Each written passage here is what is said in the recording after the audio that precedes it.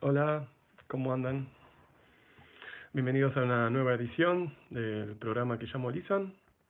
Y nos encontramos en esta oportunidad para hablar de un tema muy interesante que tiene que ver con los contenidos, los ingredientes, los elementos mínimos para escribir un poema. De eso vamos a estar hablando hoy.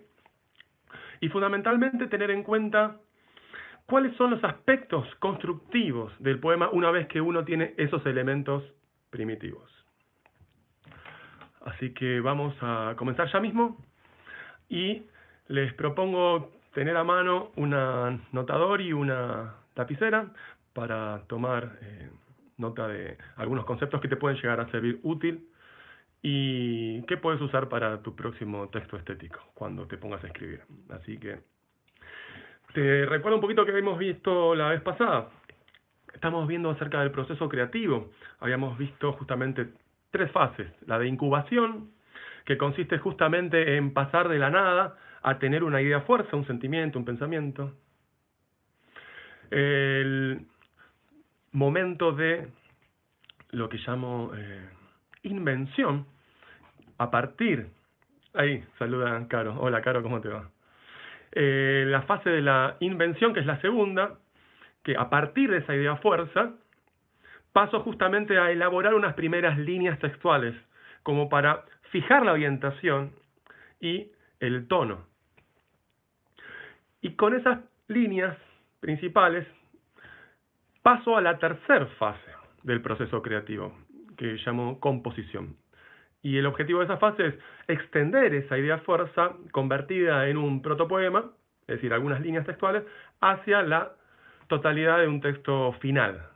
Esas son las 3 fases del proceso creativo. Entonces, repito, la incubación produce como resultado una idea fuerza. Esa idea fuerza pasa a la segunda fase, que es la de la invención, que produce como resultado un prototexto estético o protopoema. Ese prototexto estético pasa a la fase de la composición y produce como resultado un texto final.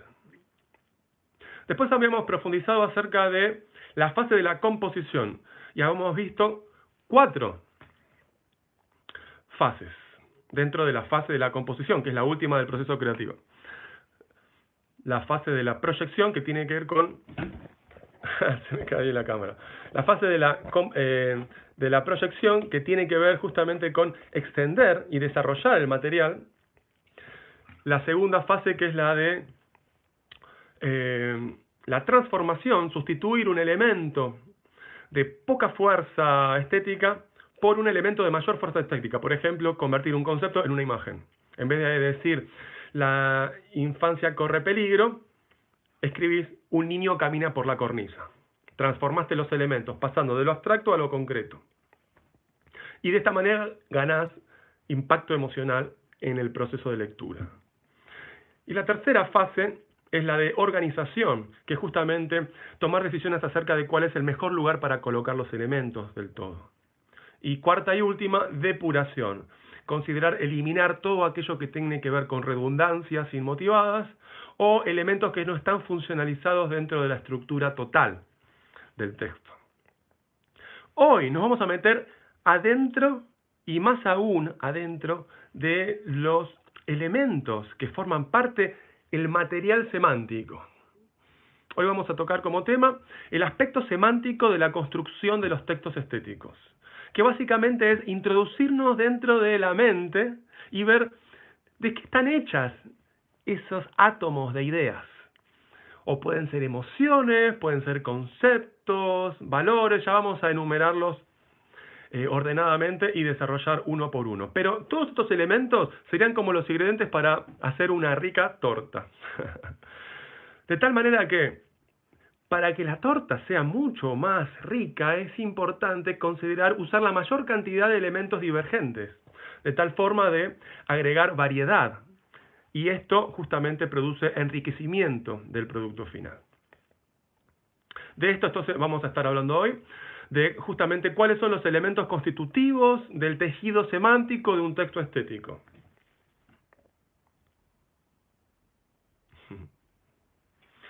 Bien, vamos a comenzar. Primer elemento. Acompáñenme, voy a dar vuelta la pantalla para mostrar el pizarrón.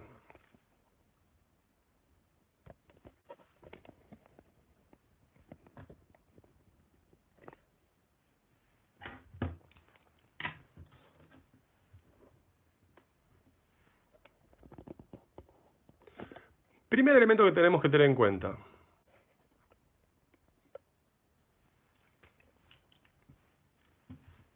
El nombre. ¿Cómo se llama esto en semiótica? ¿Cuáles son los elementos constitutivos del contenido semántico de un texto? Se llama carga sémica.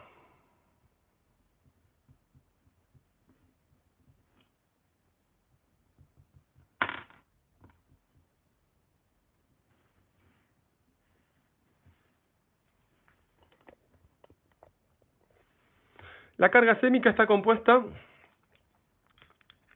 por los siguientes elementos, que los podemos agrupar en pares. El primer elemento, tengan en cuenta de qué manera se construye el conocimiento. Por ejemplo, una conducta es una de las fases más posteriores del conocimiento que tenemos acerca del mundo. En cambio, la percepción es la primera. A partir de la percepción se desencadena las diferentes cualidades semánticas de nuestro conocimiento del mundo y, en consecuencia, en nuestra capacidad para fantasear a partir de esos elementos primitivos del conocimiento del mundo. Entonces, el primer elemento denominado carga sémica, que es el ladrillo a partir del cual se construye todos los demás tipos de ideas dentro de la mente humana, se llama percepción.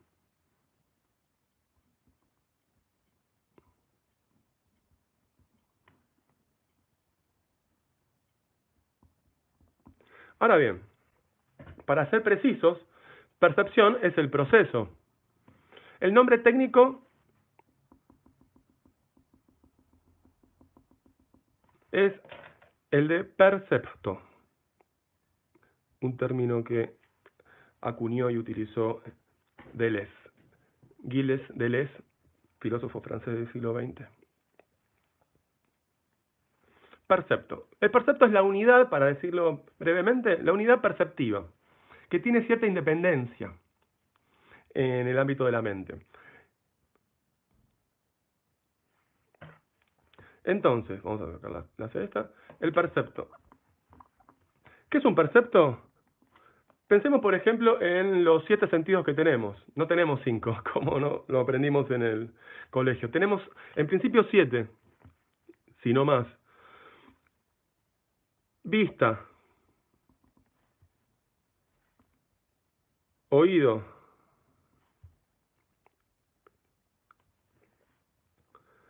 olfato,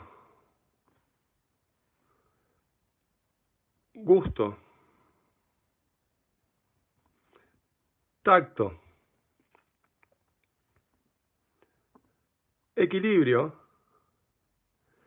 y uno que se llama propriocepción. PIR. Propriocepción es, por ejemplo, el sentido que te permite a vos andar en bicicleta sin tener que ver qué es lo que están haciendo tus piernas. Disculpen la intromisión de la pantalla. Es lo que te permite, por ejemplo, tocar un instrumento, digamos el piano, sin tener que ver qué están haciendo los dedos. Para decirlo rápidamente, la propriocepción se escribe así.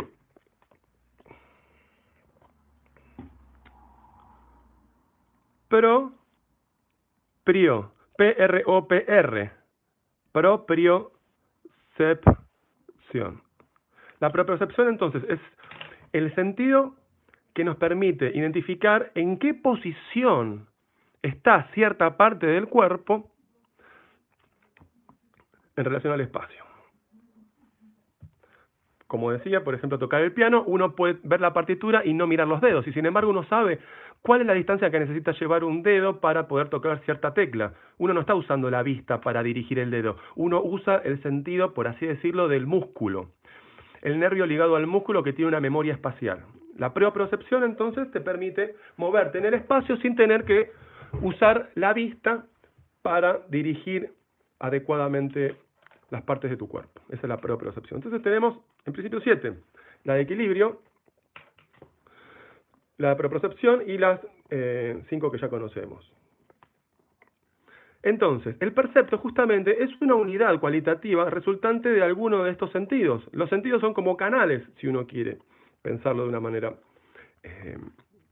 resumida. Son canales por los cuales entra información de la exterioridad. Por supuesto que esto no es del todo así, porque justamente la percepción es una co-construcción entre la capacidad del cerebro para recibir o producir una sensación y algo del orden de lo incondicionado que estaría, por así decirlo, afuera, pero en realidad la percepción justamente es una construcción entre la posibilidad de la mente de construir un conocimiento y algo que afecta ese conocimiento. Pero esto nos lleva a un terreno filosófico y justamente nos podremos hacer la pregunta, ¿cómo es posible justamente dar cuenta de que algo existe fuera de la mente hasta que no afecte a la mente? Ahí está Flor. Hola Flor, ¿cómo te va? Hasta aquí entonces tenemos percepto. Es importante justamente tener en cuenta que este es el suelo originario sobre el cual se construye un texto estético. Los perceptos los adquirimos justamente en nuestro conocimiento de la vida, en nuestra vida cotidiana, en nuestro conocimiento de mundo. Lo que vemos, lo que oímos, lo que olemos, lo que degustamos, lo que tocamos, lo que proprioceptamos, el equilibrio, todo esto forma parte del tejido material sobre el cual el conocimiento de mundo y la fantasía creativa van a despegar. Este es el punto de partida. Por eso es muy importante tener experiencias diversas, así como también intensas, de tal manera de cargar la mente con información rica para que a la hora de la creatividad tengamos más elementos y más flexibilidad para combinarlos. Hasta aquí percepto. Segundo elemento, muy ligado al percepto, pero ya en un nivel más abstracto. Es lo que llamamos la imaginación. Y el producto de ello son las imágenes.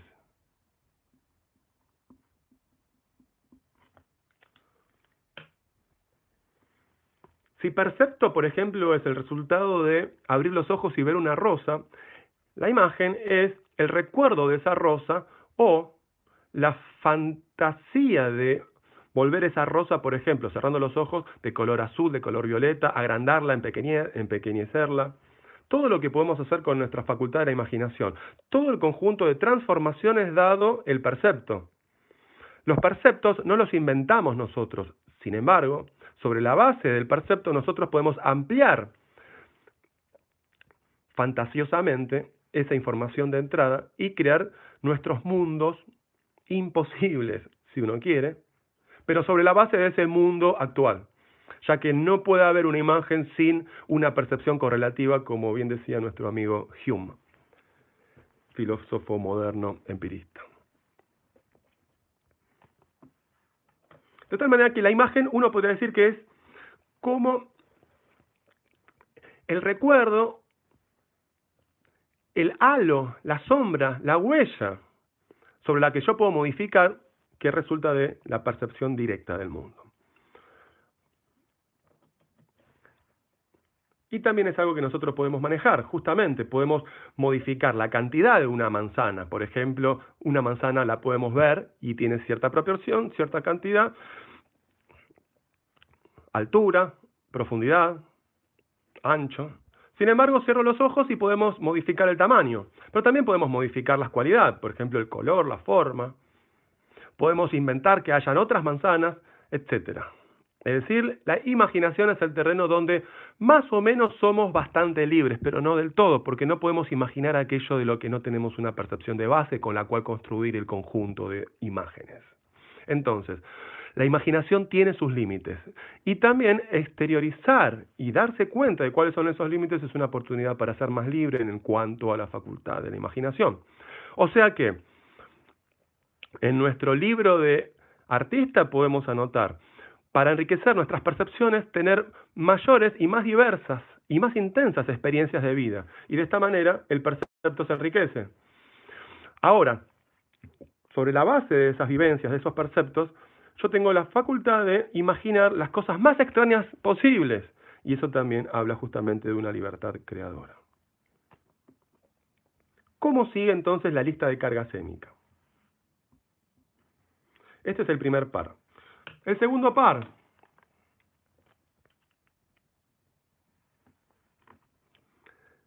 Emoción.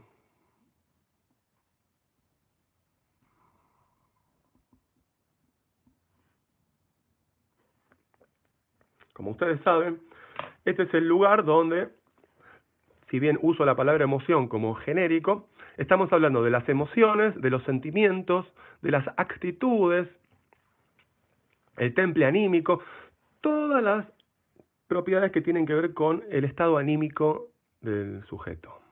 Entonces, fíjense que hay relaciones que se van estableciendo entre perceptos, imágenes y emociones. Y vamos aprendiendo qué emoción aplicar a qué percepto.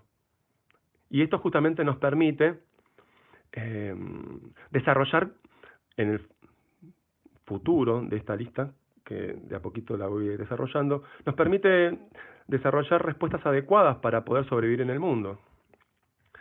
Frente a perceptos, por ejemplo, de dolor como tocar el fuego, la emoción va a ser de rechazo.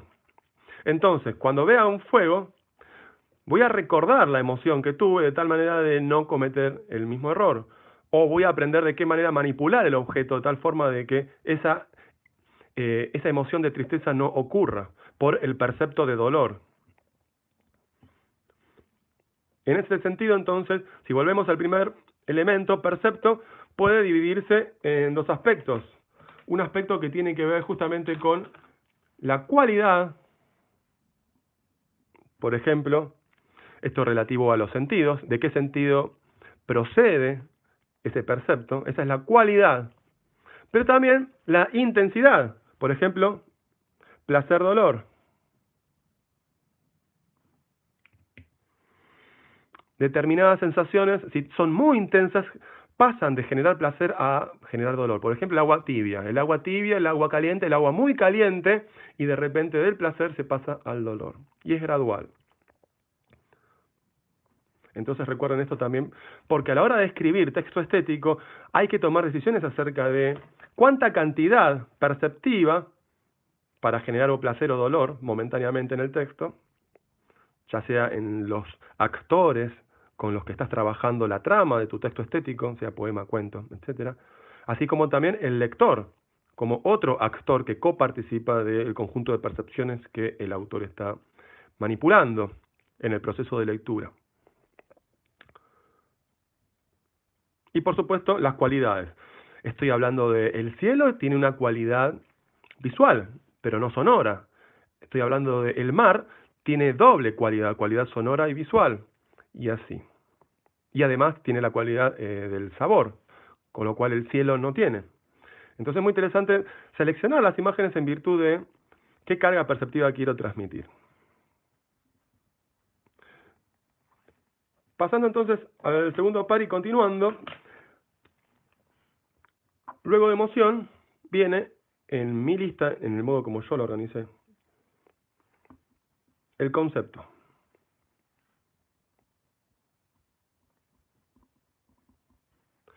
El concepto justamente es una representación acerca del mundo, ya sea real o irreal. Es un modo de comprender. El concepto es una unidad a partir de la cual se organiza una multiplicidad bajo un elemento único. Se organiza un devenir bajo un elemento permanente. El concepto es el elemento fijo y unificador que permite organizar lo que cambia y lo que es múltiple. Por ejemplo, el concepto silla le permite a uno justamente identificar en qué parte de la casa uno puede sentarse, que no sea ni la cama ni el suelo, ni la mesada, ni la mesa. Y uno cuando quiere comprar una silla sabe más o menos qué forma va a tener. Por eso los artistas, diseñadores, pueden diseñar sillas que sean muy interesantes, porque justamente rompen el modelo prototípico que tenemos como imagen en nuestra mente. Sin embargo, el concepto tiene que ser el mismo, un elemento que sirva para sentarse y que sea estático. Tenemos también, por ejemplo, sillas del avión, tenemos sillas de un barco, pero justamente son sillas que están en otra circunstancia, con lo cual el concepto se puede enriquecer. Lo importante es que un concepto es una unidad sobre una multiplicidad que te permite a vos construir un elemento de conocimiento para reconocer elementos del mundo y, por lo tanto, comprenderlos y saber cómo orientarse frente a ellos. Y fíjense, si empezamos a trazar algunas relaciones, y esto es muy interesante, no solo para aplicarlo a la vida, sino para aplicarlo a la escritura, la relación entre el concepto y la emoción. Justamente, si el concepto es un modo de comprender el mundo y la emoción es un modo de reaccionar ante el mundo, muchas veces vamos a generar un concepto en base a lo que sentimos. Y a veces muy alejado respecto del percepto original sobre el cual se generó la imagen y la emoción y finalmente el concepto. Y esto es muy interesante porque a veces conceptualizamos el mundo de una manera muy extraña en relación a las percepciones que tuvimos desde chiquito, por ejemplo. Vamos cada vez haciendo un mundo más complejo a nivel conceptual y perdemos el rastro de las percepciones originales, de tal manera que las percepciones quedan englobadas en el modo como comprendemos el mundo. Por eso a veces es muy difícil ver el mundo de otra manera, porque nuestro concepto englobó al ojo y ya no podemos ver sin metafísica, como decía Pessoa en uno de sus poemas, algo así como hasta quisiera verte sin metafísica, ¿no? Es como que los conceptos pueden convertirse en anteojos a través de los cuales se ve el mundo, pero ya es un mundo deformado por el filtro conceptual. Y ya no tenemos acceso, por así decirlo, directo al percepto sin esos conceptos cuando niño. Y esto justamente tiene que ver con el lenguaje. El lenguaje es el lugar donde se generan los conceptos. De tal manera que el lenguaje, si bien permite construir mundos posibles, al mismo tiempo nos aleja del mundo actual de la percepción hasta cierto punto. El tercer par conceptual ya es más humano, más mental, por así decirlo, más social, más ético, es decir, más espiritual, si se quiere. Nos alejamos de la tierra y cada vez nos acercamos más al cielo, dicho metafóricamente. Tiene que ver con la creencia.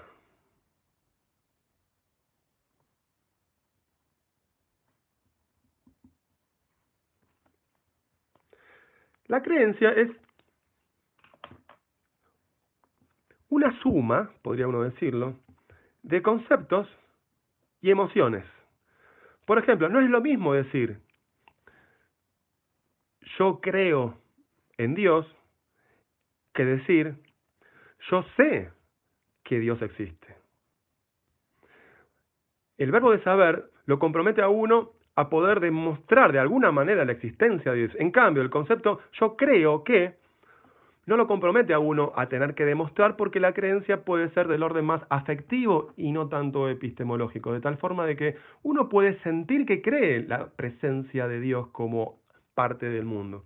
Y con eso es suficiente. De ahí justamente es el origen de las religiones. Creer en cosas que uno no puede ver, porque uno no tiene un percepto. O, mejor dicho, interpretar los perceptos naturales como expresiones de una creencia. Entonces ya no vemos el cielo como un objeto astronómico, sino el cielo como la casa de Dios, por decirlo de una manera. Entonces es interesante justamente ver de qué manera la creencia es nuevamente un anteojo a través del cual las percepciones empiezan a distorsionarse nuevamente. Si antes teníamos el concepto como primer distorsionador, luego tenemos las creencias como un distorsionador más fuerte. Y por supuesto, la emoción. Frente a los mismos perceptos, dos personas pueden tener emociones distintas y entonces van a conceptualizar quizá de manera distinta. El fuego me sirve para cocinar la carne y otro va a decir, no, el fuego es maligno porque te genera dolor.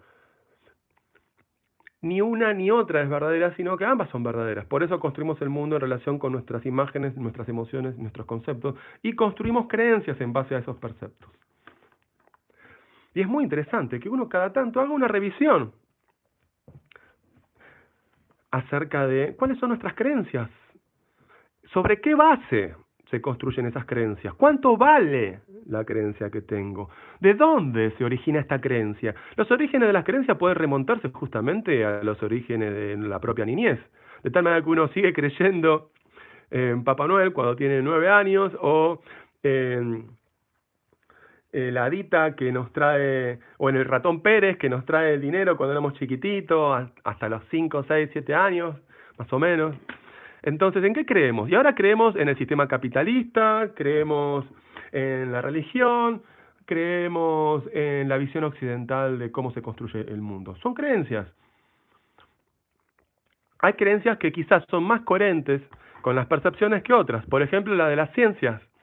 La ciencia, en general, física, química, biología, no son más que un conjunto de creencias basadas en perceptos y en conceptos, de tal manera de dejar afuera las imágenes y las emociones, de tal manera que haya, por así decirlo, un tránsito puro entre el percepto desde el punto de vista objetivo y la creencia que tenemos que construir a partir de ello. Por eso,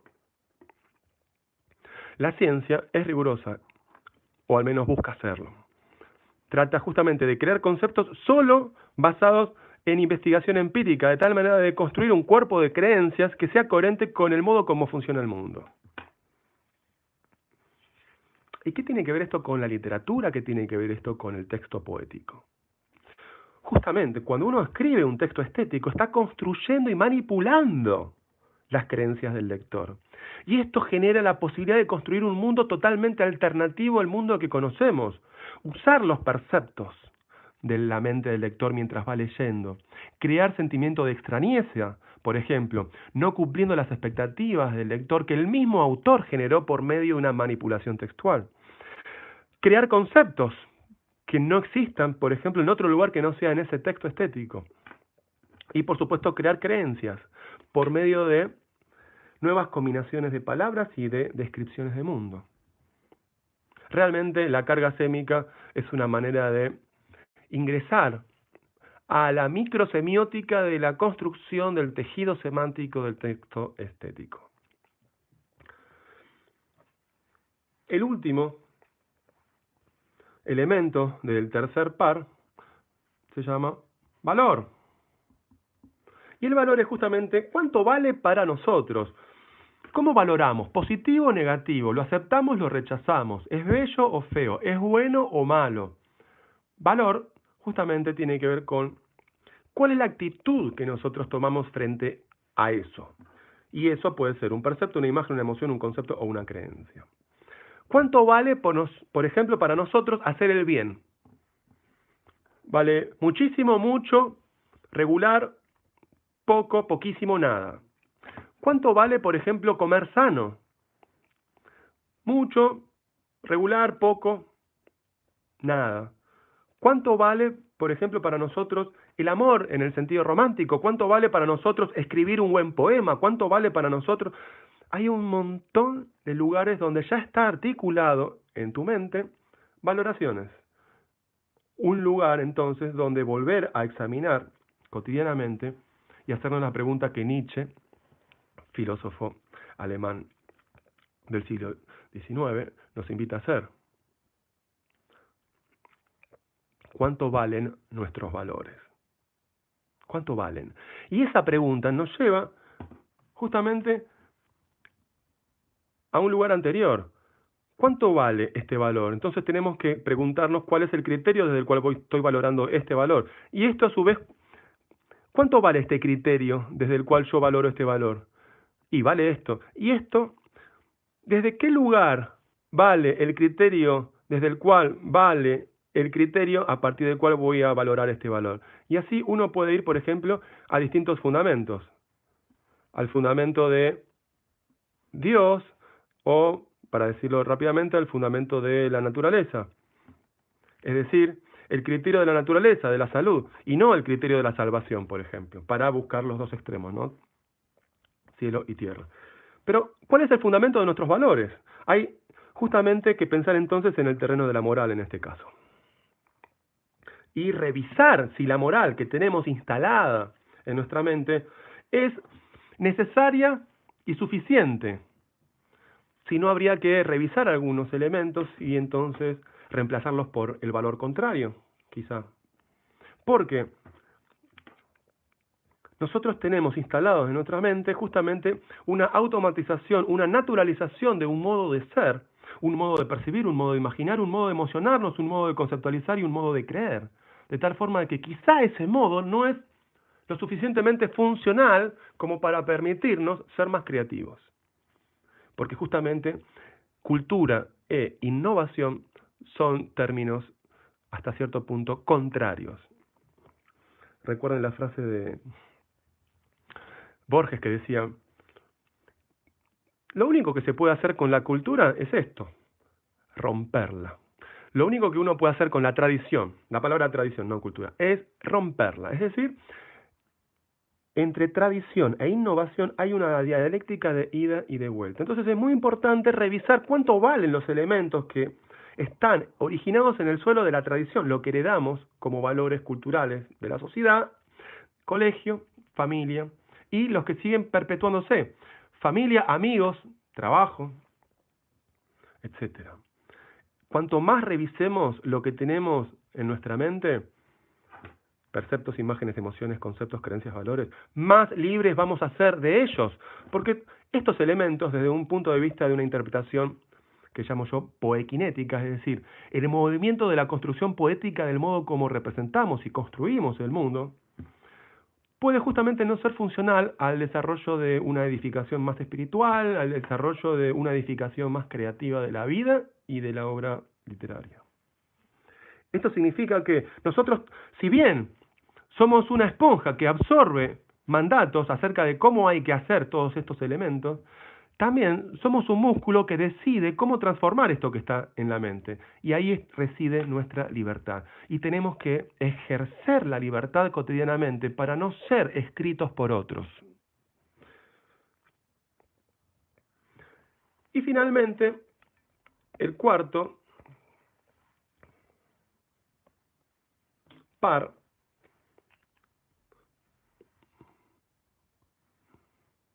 comenzando con el decir. Y esto básicamente tiene que ver con todo aquello que decimos. Puede ser escrito, puede ser oral. Y es muy importante porque la mente es una gran oreja y constantemente está escuchando las propias voces o las voces de otros en nuestra propia mente que simulan ser la propia voz. Y entonces uno tiene que volver al elemento anterior y valorar cuánto valen las voces que tengo, esas voces del pasado, esas voces de mi niño interior que quizás no me dejan madurar ciertos procesos actuales. Cuánto vale la voz de las personas de la autoridad, los maestros, los padres. ¿Cuánto vale la voz de el vulnerable? ¿Escucho la voz del vulnerable justamente para hacerme cargo de la hospitalidad y de la responsabilidad que uno tiene frente a los demás, bajo el sentimiento de una compasión natural? El decir es justamente aquellas palabras que combinamos y formamos con ellas justamente oraciones. Y esas oraciones es lo que constantemente decimos a uno mismo en silencio o comunicamos al prójimo, cotidianamente. Y cuanto más tocamos la misma cuerda, esa cuerda más se fortalece. Con lo cual, tenemos que evaluar y revisar cuál es el valor de esa cuerda que constantemente, por ejemplo, tanimos o percutimos, porque se va a instalar cada vez más profundo en nuestra mente. Entonces es muy importante revisar qué palabras usamos en la vida cotidiana y tratar de revisar justamente qué palabras usamos, qué palabras no usamos, que quizá justamente formarían una mentalidad más sana.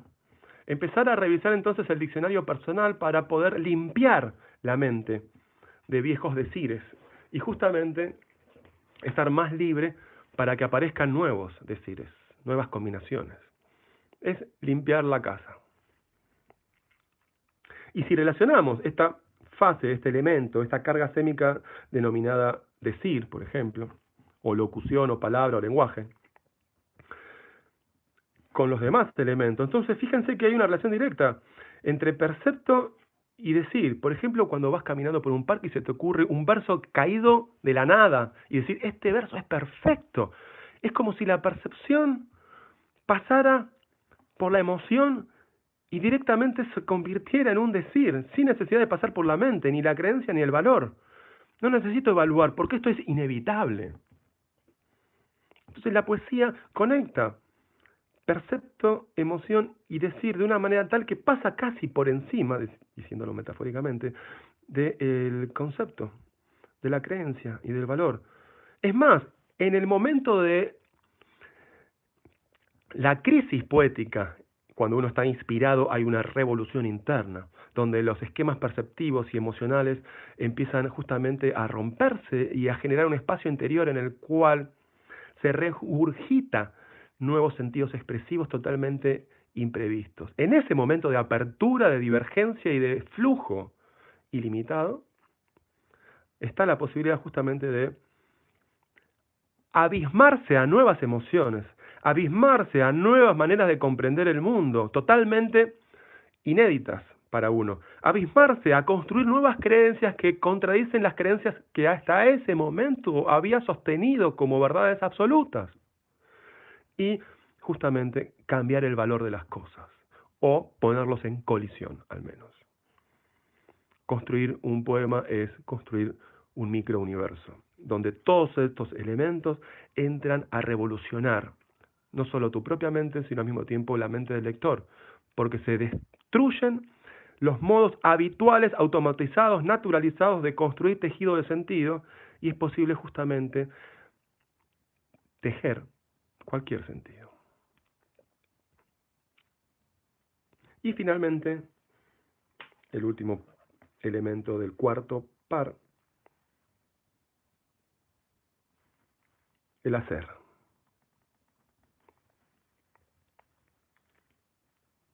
Y con el hacer finalizamos la carga sémica, porque justamente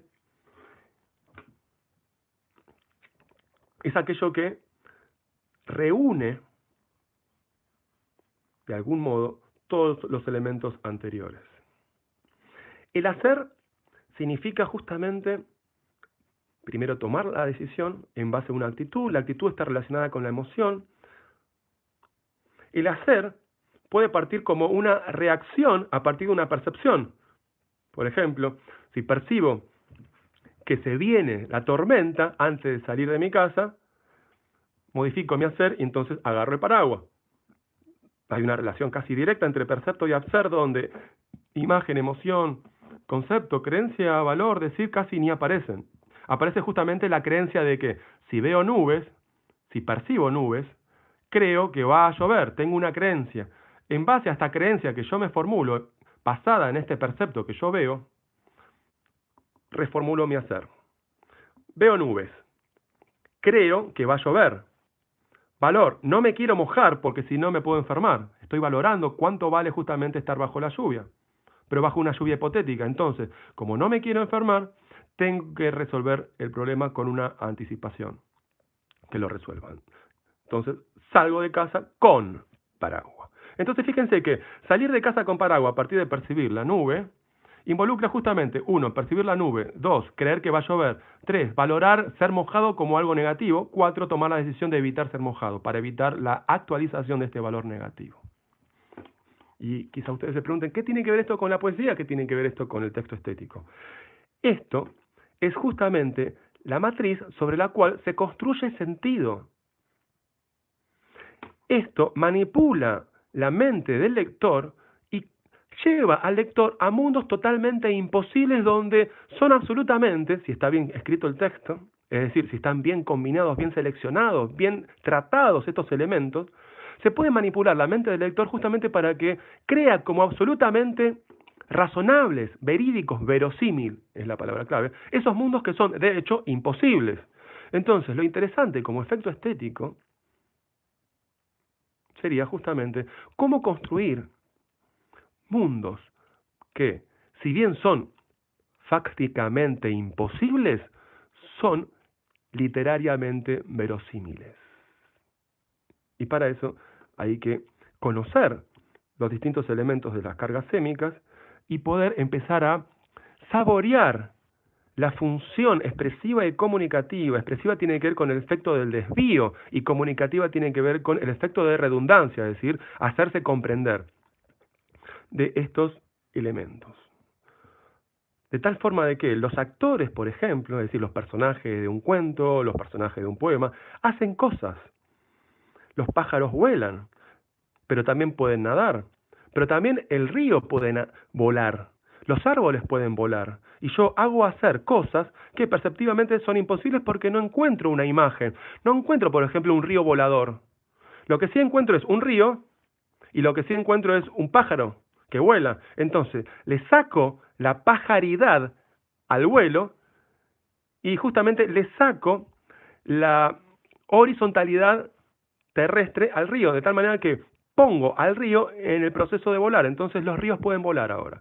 Manipulo los elementos que están articulados en la mente de una manera rígida. Podemos hacer un gráfico. De tal manera que, si yo encuentro una obviedad, por ejemplo, el paso de un elemento de una idea a otra, de A paso a B, por ejemplo, camino por el campo. Pero yo puedo romper esta asociación. Justamente, puedo decir que camino y me voy a otro lado. Por el cielo. Camino por el agua. Y todo eso se dio gracias a que yo rompí esta asociación directa entre dos ideas, de A a B, o mejor dicho, entre dos cargas sémicas. En este caso es el proceso, el hacer de caminar y el percepto, por ejemplo, de sobre la tierra. Caminar sobre la tierra. Cambio el percepto y puedo decir caminar sobre otro percepto. En vez de decir tierra, digo agua. Pero puedo decir aire. Es más, puedo invertir. Y así vamos construyendo mundo, que es físicamente, biológicamente, químicamente, sociológicamente, quizá imposible, pero literariamente verosímil. Y esta es la sensación de que cuando uno agarra un buen poema, un buen cuento, uno se encuentra con que todo tiene sentido. Sin embargo, no tiene correspondencia, porque los ríos no vuelan y porque uno no camina sobre las nubes en el mundo de la vida. Entonces siempre se está desfamiliarizando la mente y el conocimiento del mundo que uno tiene, que es la estructuración de todo esto por cultura y por vivir en la vida cotidiana, porque todo esto justamente tiende a la estabilidad. Esto tiende a formar un sistema, que es la educación, la industria, la familia.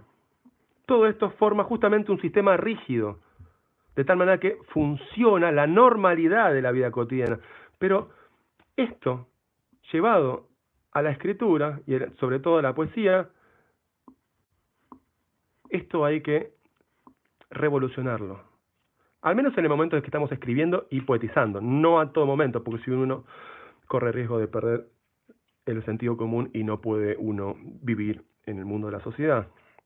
O sea que esto simplemente no lo practiquen en su casa. No, mentira.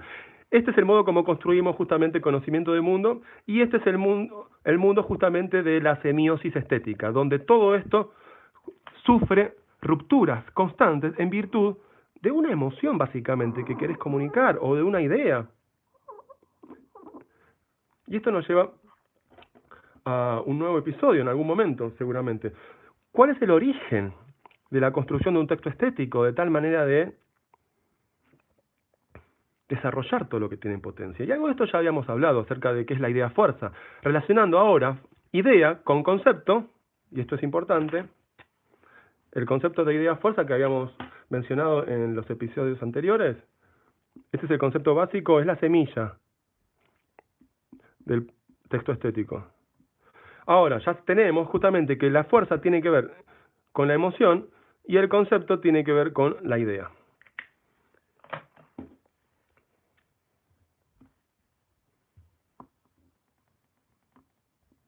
Entonces, la carga sémica está compuesta de al menos 8 elementos.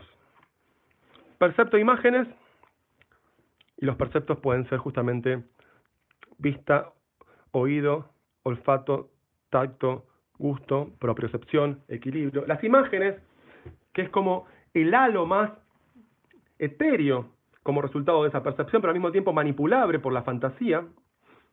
La emoción, que es la reacción emocional, que es justamente el modo cómo nos sentimos frente a esas percepciones o frente a esas imágenes. Por ejemplo, cuando soñamos. Cuando soñamos justamente sentimos emociones frente a imágenes, no tenemos perceptos porque no hay datos de entrada, no estamos con los ojos abiertos, estamos con los ojos cerrados, pero la mente está procesando imágenes, imágenes que tienen emociones y a veces justamente generan conceptos que son contradictorios. Yo sentí ver un triángulo cuadrado y estaba ahí frente a mí, ahora no lo puedo dibujar. Ese es el mundo de la contradicción del inconsciente, muy, pero muy de la mano con la poesía. Emoción y concepto, y el concepto justamente tiene que ver con el modo como construimos conocimiento del mundo a partir de esta unidad sobre la multiplicidad, muchas unidades que reúnen como racimos de uvas distintos casos particulares. La creencia justamente es cuál es nuestra actitud frente a determinados hechos del mundo, y el valor es justamente qué graduación le otorgamos del 1 al 10 o básicamente acepto o rechazo estados del mundo o imágenes. Decir y hacer más tiene que ver con el lado conductual, es decir, cuáles son las palabras, cuáles son las voces que nos formulamos a partir de las percepciones, imágenes, emociones, conceptos, creencias y valores, y el hacer es finalmente qué performance instanciamos en el mundo de la vida o en el mundo del proceso textual, cuando escribimos. Esto es muy importante también porque podemos revisar justamente en qué momento hay bloqueo en el proceso creativo, en el nivel del hacer, en qué momento, por ejemplo, hay una reducción de la intensidad del flujo o de la altura y dignidad con la que el flujo fluye, y entonces escribimos menos o escribimos con menos calidad. Y uno puede revisar justamente de qué manera el hacer está detenido por la valoración. Cuando uno escribe no es el momento, sobre todo si está inventando, no es el momento de juzgar, sino de proyectar.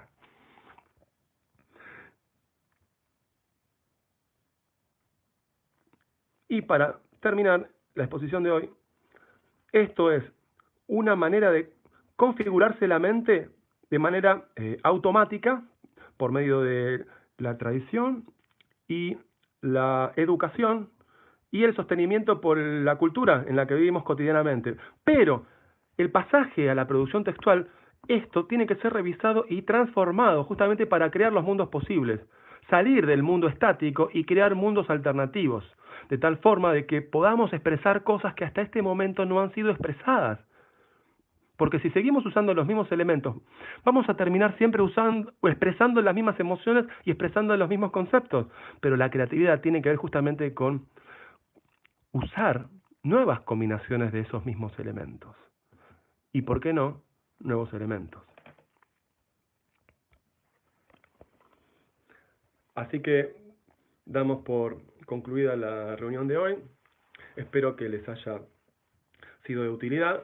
Recibo comentarios acerca de este video y también qué contenidos les gustaría de que haga videos.